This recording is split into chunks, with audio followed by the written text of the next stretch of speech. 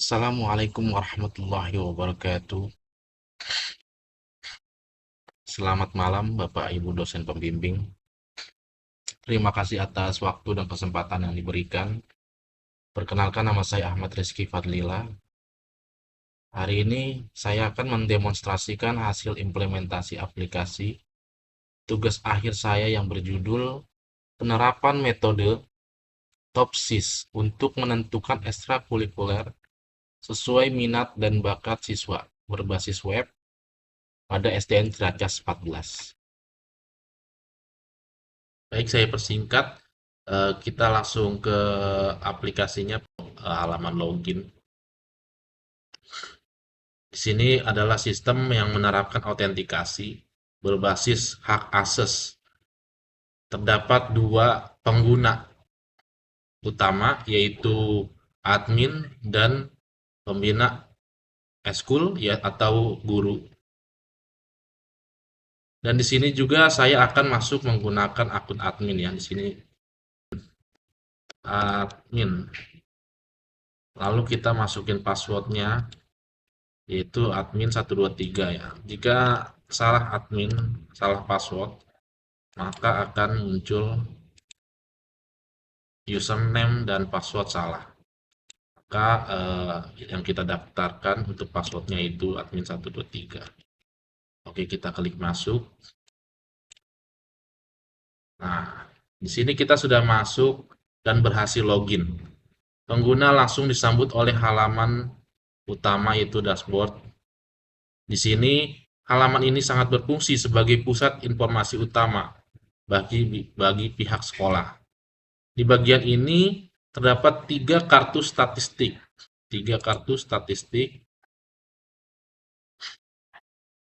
yang menampilkan data siswa terdaftar, alternatif ekstrakurikuler, dan kriteria penilaian TOPSIS.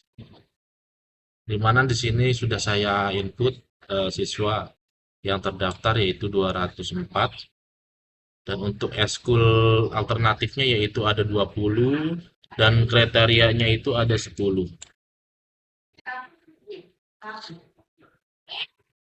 Untuk membantu menganalisis visual secara cepat, di bagian bawah disediakan dua grafik. Nah, ini ada dua grafik. Ada dua grafik. Grafik yang pertama ya ada sebelah kiri saya, yaitu menunjukkan distribusi rekomendasi peringkat pertama yang memaparkan ekstrakurikuler di mana saja yang paling banyak direkomendasikan bagi siswa. Contohnya di sini ada pramuka, drum band, tradisional, dan lain-lainnya. Lalu grafik sebelah kanan dari distribusi rekomendasi peringkat 1 ini adalah rata-rata skor minat dan bakat, di mana profil rata-rata 200 siswa ini di SDN Ciracas 14 ada 10 kriteria, di mana grafik ini adalah grafik radar potensi yang menggambarkan rata-rata pensebaran skor minat dan bakat siswa di seluruh kriteria C1 sampai C10.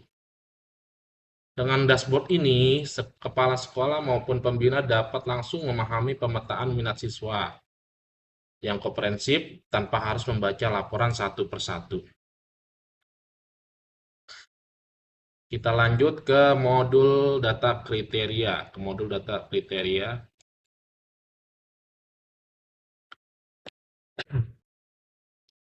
Sistem ini menggunakan 10 kriteria penilaian C1 hingga C10 yang mencakup minat siswa.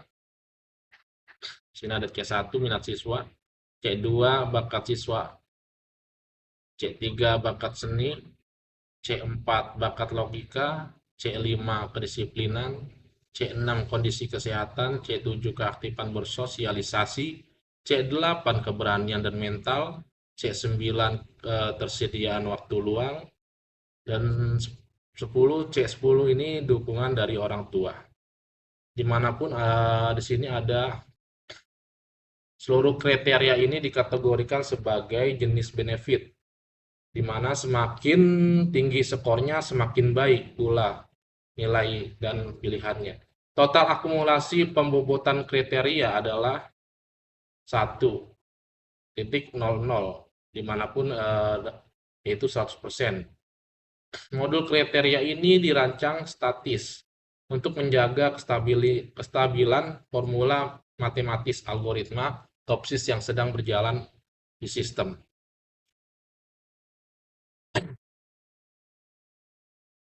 Lalu kita ke modul profil ekstrakurikuler. Di profil ekstrakurikuler yaitu memuat 20 alternatif, yaitu A1 sampai A20. Di halaman ini, setiap ekstrakurikuler memiliki nilai yang kualifikasi terhadap 10 kriteria atau skala sampai 1 sampai 5. Sebagai contoh ekstrakurikuler futsal. Di sini ekstrakurikuler futsal, di mana ekstrakurikuler futsal ini memiliki bobot profil yang tinggi pada bakat fisik, ya, pada bakat fisik sangat tinggi. Lalu kesehatan juga, tapi sedangkan lukis tinggi pada bakat seni. Lukis tinggi pada bakat seni. Sini. Nah, terdapat fitur filter, kategori untuk mempermudah pencarian, serta daftar akordeon interaktif yang memungkinkan admin memperbarui skor profil jika ada penyesuaian kualifikasi dari pembina.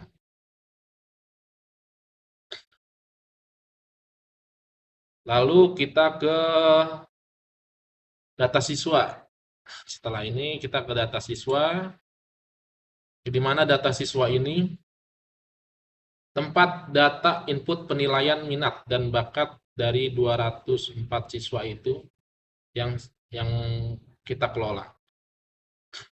Adapun admin dapat menyaring data berdasarkan nama atau kelas untuk efisiensi operasional sehingga pihak sekolah tidak perlu menginput satu-satu. Jadi tinggal masukkan ke import CSV bisa ratusan siswa. Namun kita tidak menyangkal dari semua impor ini. Misalkan kita mau menginput hanya satu orang, ya kita menggunakan tambah siswa saja yang samping impor CSV ini. Di sini ada fitur impor yaitu CSV. Fadli ini kelas berapa? Di sini kita cari kelasnya. Di sini kita cari kelas 4D. Lalu kita masukkan minat siswanya. Anak ini disiplin, bersosialisasi. Terus untuk dia ikut eskul ini sangat didukung oleh orang tua. Kita simpan. Kita lihat data yang tadi kita tambahkan, yaitu siapa tadi namanya ya? Fadli. Kita lihat Fadli. Di sini ada Fadli. Nah, ini adalah kriteria penilaiannya 10. Nah, misalkan ada kesalahan di sini. Ada kesalahan misalkan di C2, C2-nya nih. Ternyata di C2 ini dia sangat bakat fisiknya, kita tinggal tambahkan saja. Lalu simpan. Nilainya akan bertambah. Baik, di sini selain untuk bisa mengedit nama yang sudah ada, kita juga dapat menghapusnya. Misalkan di sini ada gambar gentong sampah ini, kita klik gentong sampah ini. Nah, di sini ada tulisan, apakah Anda yakin ingin menghapus data tersebut atau siswa yang bernama Fadli? Oke, kita hapus. Sudah hilang ya. Kita cari lagi di sini pencarian Fadli. Nah, adanya Fadli Tanjung. Nah, tadi yang kita input hanya Fadli.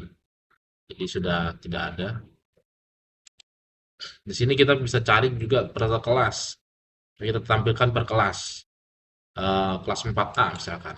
Nah, di sini karena di sini tidak ada yang kelas 4A nggak ada yang mengikuti eskul. Jadi di sini tidak ada. Kita lihat part B.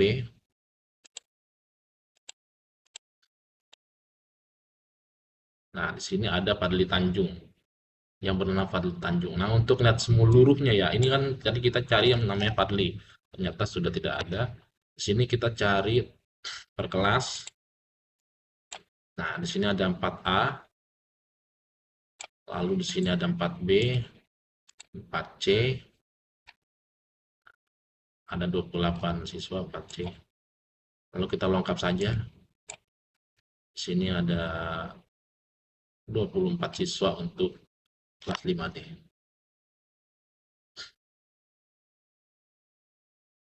Sekarang kita sampai pada inti dari aplikasi ini. Setelah kita eh, memperkenalkan dashboard halaman utama, lalu data kriteria, profil eskul, hingga data siswa. Di sini kita masuk ke inti dari aplikasi ini, yaitu analisis topsis atau laporan rekomendasi. Kita klik analisis topsisnya. Di sini ada analisis topsis, perhitungan rekomendasi ekstrakurikuler dengan transparansi metrik lengkap. Di sini ada pilihan siswa, lalu kita hitung rekomendasi. Nah, di sini kita pilih yang bernama Alia Wahyuni, kelas 4A. Kita hitung topsis. Kita klik di sini ya, hitung topsis. Lalu kita hitung topsis, secara sistem otomatis menjalankan tahap perhitungan metrik topsis. Membentuk matriks keputusan dan memfaktorkan normalisasi. Mengalihkan dengan bobot kriteria untuk mendapatkan metrik terbobot. Menentukan solusi ideal positif dan solusi ideal negatif. Menghitung jarak,